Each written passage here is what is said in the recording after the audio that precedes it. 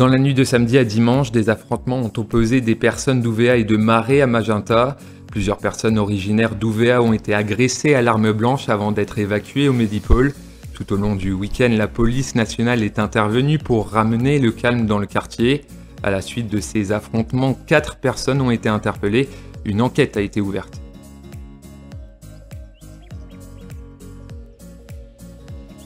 Dès 5 h du matin, dimanche, les restrictions ont été levées. Toutes les activités ont donc pu reprendre sans aucune contrainte.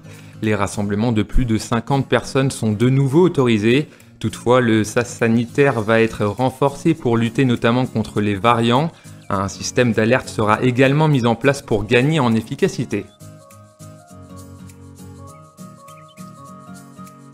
Deux phénomènes qui expliquent ces variations en 2020. Le premier tient aux conséquences de la crise sanitaire mondiale et à ses répercussions sur l'économie locale. Le second tient aux adaptations des marchés à la suite de la mise en place de la TGC fin 2018. En septembre, l'indice général a atteint son plus bas niveau de ces 3 dernières années. Cependant, sur le dernier trimestre, les prix sont repartis à la hausse.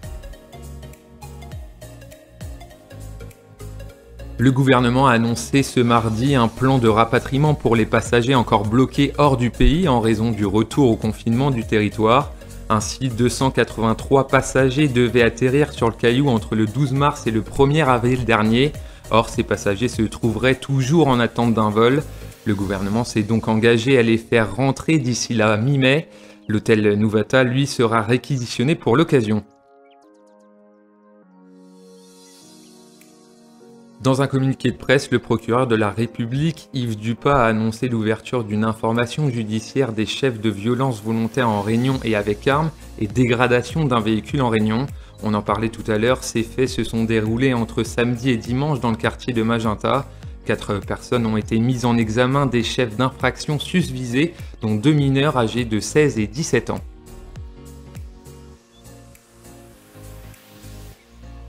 C'est le constat de l'Institut d'émission d'Outre-mer rendu public jeudi matin. Selon lui, les impacts négatifs sur l'économie calédonienne ont été limités grâce à un arsenal de mesures comme le chômage partiel ou le report des dettes fiscales et sociales. Les entreprises sont parvenues à éviter cette crise de trésorerie même si elles en sortent affaiblies. Enfin, le produit intérieur brut de la Nouvelle-Calédonie a perdu entre 52 et 62 milliards de francs en 2020 selon l'Institut. Vendredi, c'était au tour de l'ISEE de publier une note sur le poids du nickel dans l'économie en 2019. Il représente 42% de l'emploi industriel et 9% de l'ensemble de l'emploi salarié du privé. 24% des emplois du privé dépendent directement ou indirectement de l'exploitation du nickel, révèle l'Institut. Les exportations de minerais et de métal, elles, constituent 90% des exportations du pays.